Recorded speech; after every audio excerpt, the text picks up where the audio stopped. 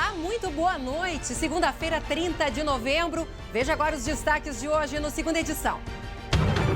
Caso João Alberto. Mais de 40 depoimentos e à espera da conclusão do inquérito. Já já as novidades da investigação. Fim de festa? Governo pretende proibir as comemorações de Natal, Ano Novo e também o acesso às praias, por causa da pandemia. Será que os municípios vão aceitar? E o Dia dos Prefeitos eleitos. Na capital, o primeiro passo para a transição já foi dado. A maior preocupação, a pandemia. Sejam bem-vindos, o SBT Rio Grande, segunda edição, está no ar.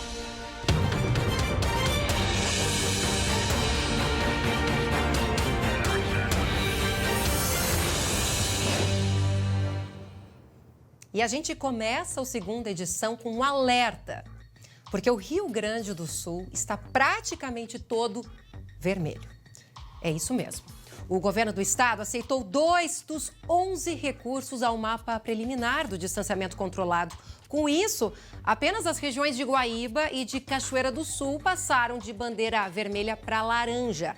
Outras 19 regiões continuam com alto risco de contágio pelo coronavírus, entre elas aqui a capital. Detalhe, é a primeira vez que o estado aparece com 19 regiões vermelhas no mapa definitivo, ou seja, é uma mensagem de alerta para a população. Inclusive, numa reunião nesta tarde com a Federação dos Municípios do Estado, a FAMURS, o governador Eduardo Leite propôs medidas mais duras, mais rígidas para conter a pandemia. Entre elas, algumas bem polêmicas, como a proibição para acessar espaços públicos, como praias, a interrupção temporária, inclusive, da cogestão, que é aquele sistema em que alguns municípios podiam adotar medidas da bandeira laranja, mesmo estando na bandeira vermelha. Agora, não pode mais. E essas determinações, deixa eu conversar com a Gabi Lerina, que está na redação. Oi, boa noite, Gabi. Essas determinações devem ser publicadas já amanhã, é isso? É verdade, Lu. Boa noite para você e a todos que nos acompanham. Chegou na hora novamente de pisar no freio, porque a aceleração da Covid-19 traz muita preocupação para as autoridades aqui do Rio Grande do Sul, do Brasil todo, né? Olha, são medidas emergenciais, como, por exemplo, uma campanha de conscientização para poder alertar para as pessoas que não podem aglomerar, mesmo que seja em família. A gente vai trazer para vocês, então, algumas medidas que estão mostrando aí nesta arte e também serve para orientar as prefeituras sobre os protocolos sanitários. O estado também pretende contar com o apoio da polícia, da Brigada Militar para a fiscalização e também para a criação de canais de denúncia. O governador quer suspender todas as festas de fim de ano, sejam elas de prefeituras ou de estabelecimentos privados, incluindo também festas em condomínios. E também a suspensão de patrocínios de empresas públicas ou de apoios de órgãos públicos a esses eventos. O governador ainda sugeriu fazer reuniões, restringir reuniões para no máximo 10 pessoas, tanto reuniões privadas como reuniões familiares. As medidas mais polêmicas, talvez, você trouxe agora, né, Lu? De fato, as restrições de bandeira vermelha adotadas, suspendendo temporariamente a cogestão e restringir horários de funcionamento do comércio e restaurantes, incluir restrições dentro dos próprios condomínios e ainda vedar a circulação, a permanência, na verdade, das pessoas em locais públicos sem controle de acesso. O que significa isso? Pode circular na rua? Pode, mas não pode ficar parado aglomerando, nem em rua, nem em praças e também na orla, ou seja, na beira da praia. O governador Eduardo Leite traz mais detalhes dessas medidas. Vamos ouvi-lo. É importante aqui ressalvar, eventos em que há possibilidade de controle de público, né, de forma organizada, com público sentado em local aberto, podem acontecer, respeitando os protocolos. Então, vou dar o exemplo, Gramado, que tem uma festa fechada com arquibancadas, controle de público de Natal, né, um espetáculo natalino em local aberto, com controle de público, com protocolos, sem alimentação, para que todos fiquem todo o tempo com a máscara, com o distanciamento, né? Este tipo de evento pode acontecer. O que nós estamos determinando é suspender aquelas festas, né, que geram contato entre as pessoas e a impossibilidade de observação dos protocolos. É importante que as pessoas possam seguir essas medidas, né, Lu? Outros detalhes também interessantes, comércio fica funcionando até às 8 horas da noite, depois tem que fechar os estabelecimentos. Restaurantes podem funcionar até às 23 horas, ou seja, até às 11 da noite, mas não pode música. Por que não pode música? Primeiro, para não ter aglomeração. E segundo, quando tem música, o que está acontecendo? Se tiver num restaurante sem máscara para poder fazer a alimentação, vai ter que falar mais alto. E toda vez que a gente fala mais alto, a gente abre mais a boca e aí as gotículas, a saliva... Lá se vão as gotículas, se vão por tudo. E o perigo está aí, né, Lu? Então, com certeza. É muito importante que essas recomendações, essas medidas aí sejam ouvidas e sejam seguidas por toda a população aqui do Rio Grande do Sul. Essas medidas passam a valer a partir da meia-noite, ou seja, a partir de amanhã, e devem valer pelos próximos 15 dias. A ideia do governo do estado é que a gente possa ter dados mais tranquilos lá pelo Natal. Vamos todos ter muita atenção sobre essa situação. É o que a gente deseja, né, Gabi? E reforçando, as aulas, por enquanto, elas seguem normais, permanecem normais. O governador já tinha, acho que, anunciado que ele não pretendia interromper as aulas presenciais. É uma dúvida que parou na hora das famílias, aquelas crianças que já retornaram às aulas, né? Como que ficam as aulas? Aqui as aulas não vão ter nenhuma alteração, as aulas devem permanecer acontecendo com as suas restrições. A gente já sabe que tem a medição de temperatura na entrada das escolas, também menos alunos dentro da sala de aula, muito álcool gel, distanciamento, mas as aulas permanecem.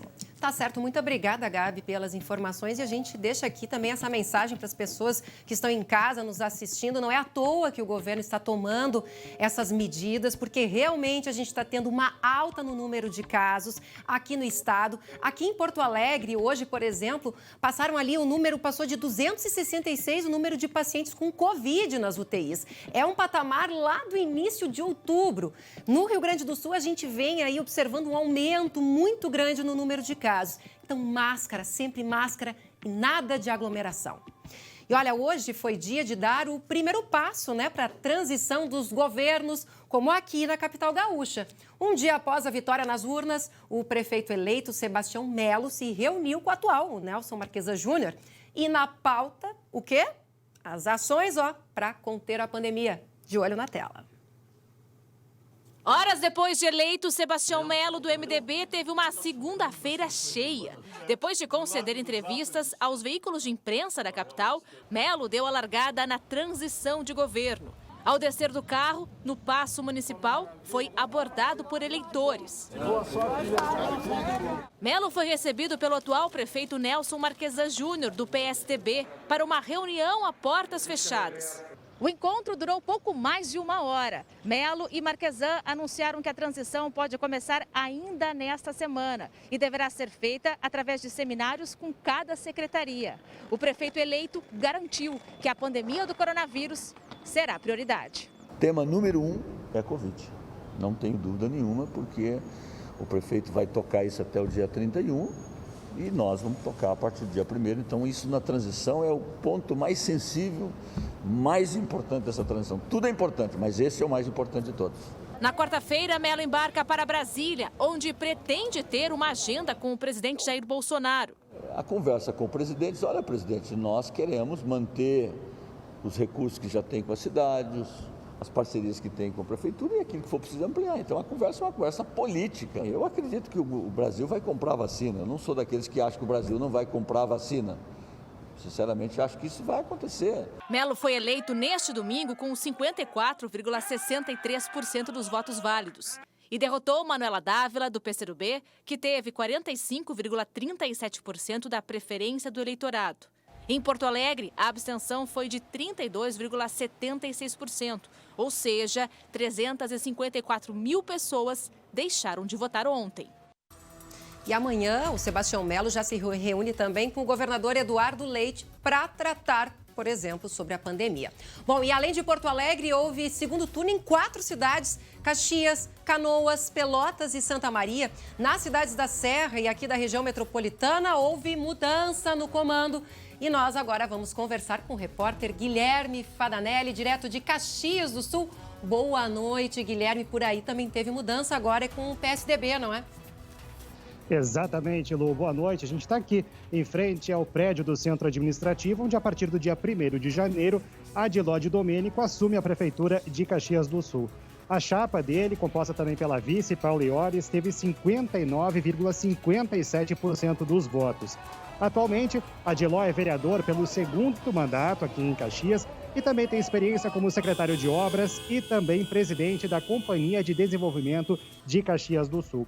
Hoje, Adiló passou o dia dando entrevistas e, entre as primeiras ações, Lu, ele falou que pretende pedir ao atual prefeito Flávio Cassina, que é aliado dele, para enviar ainda em dezembro projetos para desburocratizar a legislação municipal. Adiló também falou sobre a preocupação com a Covid-19 e disse que antes de tomar qualquer atitude tem que avaliar bem as ações. Sobre o governo do estado, já tem demanda de Caxias que ele pretende levar a Eduardo Leite, que é colega de partido, e isso deve também ser feito ainda no mês de dezembro. Vamos ouvir. Além da questão da saúde, que nós vamos precisar de imediato ajuda do governo do estado e do governo federal, nós vamos sentar com o governador para rever a infraestrutura das rodovias que chegam a Caxias do Sul, que é hoje um dos maiores custos que tem as nossas empresas. Nós não temos estrada em condições e muito longe da altura do município que produz e arrecada o que Caxias arrecada. Agora, Adiló deve tirar 3 dias de folga e, na sequência, retoma os trabalhos já para a montagem do governo. Agora, de Caxias, nós vamos aí para a Grande Porto Alegre falar de Canoas, onde Jairo Jorge, do PSB, foi eleito com 53,06% dos votos. Esse vai ser o terceiro mandato de Jairo Jorge à frente da Prefeitura de Canoas. Ele afirmou que deve reduzir custos, como a diminuição do número de secretarias e ter um gabinete móvel para estar mais próximo da população. A saúde vai ser prioridade no governo dele, com a reabertura de UPAs e também a testagem em massa e rastreamento do contágio do coronavírus. Tudo isso para manter as atividades econômicas em funcionamento, como ele nos conta agora.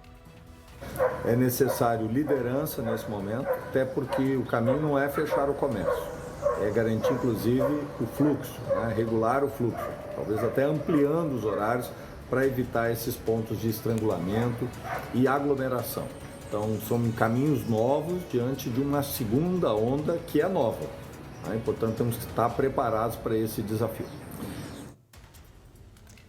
Fadanelli, então você fica aqui com a gente, porque ainda hoje os reeleitos no interior gaúcho. Fala pra gente, Guilherme Fadanelli. Pois é, Lu, 2 cidades optaram pela continuidade e têm em comum o mesmo partido. E as novidades, no caso João Alberto, mais de 40 pessoas já foram ouvidas e a expectativa para a conclusão do inquérito. Nós já voltamos. Fique agora com o recado de quem já tem sede em Porto Alegre. Estou falando do pessoal da Solução Financeira. Avenida Benjamin Constant, número 1170, no bairro São João, em Porto Alegre. Esse é o endereço da economia. A Solução Financeira pode reduzir a tua dívida em até 70%. Isso mesmo, para quem está sofrendo com as parcelas do carro, moto ou caminhão, comprou um veículo, mas está pagando por 2, a Solução Financeira pode resolver. Entre em contato agora mesmo no 51 98324 5480. A análise é de graça para os 30 primeiros que mandaram mensagem. Você vai saber na hora o tanto que dá para economizar. E o melhor, pessoal, ficar com o carro na garagem. Se você está sofrendo aí com as ameaças do banco, dizem que vão pegar o teu veículo pelas parcelas em atraso, é urgência. Tem que mandar a mensagem agora, pessoal. Pare de perder tempo e pare de perder o teu dinheiro. O número é o 51 98324 5480. Já são milhares de casos resolvidos e você também pode fazer parte desse time. Nós somos a maior e melhor assessoria bancária do Brasil. E atenção, associado Sicredi. O caixa eletrônico da Saque Pague é o melhor jeito de descomplicar o teu dia. Sabe aquele depósito que a gente precisa para hoje? A Saque Pague resolve isso para ti. Só nos caixas eletrônicos da Saque Pague dá para fazer depósitos em dinheiro e o valor entra em conta na hora. Nem precisa envelope, é só colocar o dinheiro, confirmar a transação e pronto. Além disso, se precisar sacar, dá para escolher as notas nos valores que tu precisa. Não tem essa de só conseguir sacar notas altas. É muito prático. São mais de 1.600 terminais em todo o Brasil para sacar, depositar e muito mais. Então pode reparar que sempre tem um caixa da Saque Pague perto de ti. No supermercado, na lojinha do posto. Acessa saquepague.com.br, encontra o terminal mais próximo e descomplica o teu dia. Saque Pague, mais que simplificar, resolver. E agora a gente traz novidades do caso que chocou Porto Alegre e o Brasil um dia antes do Dia da Consciência Negra. Mais de 40 pessoas já foram ouvidas no inquérito que investiga a morte de João Alberto Freitas, no Carrefour aqui de Porto Alegre. Clientes do supermercado afirmaram que já haviam sido importunados por ele em outros momentos. De olho na tela. Imagens das câmeras gravadas antes da morte são analisadas pela polícia para comprovar o relato dos novos depoimentos. Frequentadores do supermercado contaram que já foram importunados por João Alberto dentro do Carrefour com gestos e palavras. Abordagens da vítima por parte em relação a outros clientes que lá estavam. Estamos apurando a partir da análise destas imagens, que tipo de importunações ela vinha causando em algumas situações dentro deste supermercado. A defesa do policial militar Giovanni Gaspar da Silva desistiu de entrar com o pedido de liberdade provisória. O advogado, David Leal, afirma que tem provas de que João Alberto seria usuário de uma substância produzida com solventes químicos conhecida como sucesso. Segundo ele, ela provoca asfixia e agressividade. O laudo da perícia vai comprovar a causa da morte. Se de alguma forma o exame toxicológico denota que houve uma contribuição externa para a aceleração da morte, né? Todas as circunstâncias efetivas que levaram à morte clínica, né, do João Alberto serão esclarecidas. A única coisa, num primeiro momento, que pode afetar o nosso indiciamento é a causa-mortes não ter sido asfixia. A polícia espera concluir o inquérito até o final desta semana. Ainda não está claro para os investigadores se houve motivação racial para o crime.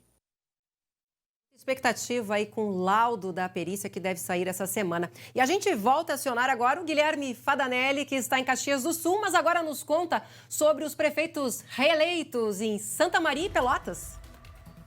Exatamente, Lu. A gente volta para falar dos reeleitos. Vamos começar lá pelo centro do estado, em Santa Maria, onde Jorge Poçobon, do PSDB, fez 57,29% dos votos. Ele derrotou o seu atual vice-prefeito, Sérgio Sequim, do PP. A disputa em Santa Maria foi tensa durante todo o período eleitoral e teve confusão até na festa de comemoração da vitória. Olha só, o secretário de Mobilidade Urbana, Orion Ponce, foi agredido com uma pedrada no rosto. Ele perdeu 2 dentes e teve uma lesão no osso da face. Um homem acabou detido, acusado pela agressão. O prefeito Poçobon disse também que vai judicializar os casos envolvendo fake news durante a campanha eleitoral.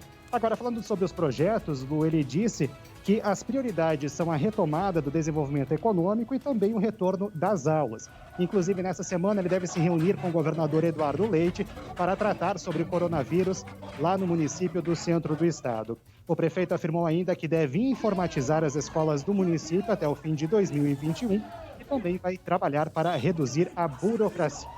Agora, do centro, nós vamos descer lá para o sul do estado, em Pelotas, onde também teve reeleição. A prefeita Paula Mascarenhas, do PSDB, foi reeleita com 68,70% dos votos.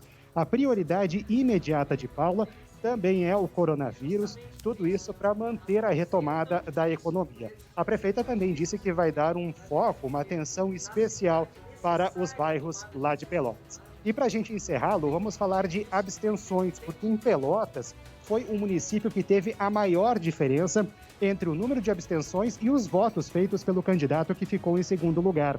Foram 70.786 abstenções contra 47.941 votos obtidos pelo candidato Ivan Duarte, do PT, que acabou não se elegendo. De todos os municípios do estado nesse segundo turno, apenas aqui em Caxias, o candidato que ficou em segundo lugar, Pepe Vargas, do PT, fez mais votos do que as abstenções. Volto contigo em Porto Alegre, Lu. Obrigada pelas informações, Guilherme. Uma boa noite para você. E olha, antes de encerrar a partida entre Grêmio e Goiás, está quase terminando e o tricolor gaúcho vence por 2-1. Jogo disputado aqui na Arena, em Porto Alegre, válido pela 6ª rodada do Campeonato Brasileiro. Renato Gaúcho foi homenageado quando acessou o estádio hoje, antes da partida. É que o Portaluppi é o técnico que mais comandou o time na história do clube. São, ao todo, 384 jogos à frente do Grêmio. Tenham todos uma ótima noite e até amanhã. Tchau, tchau.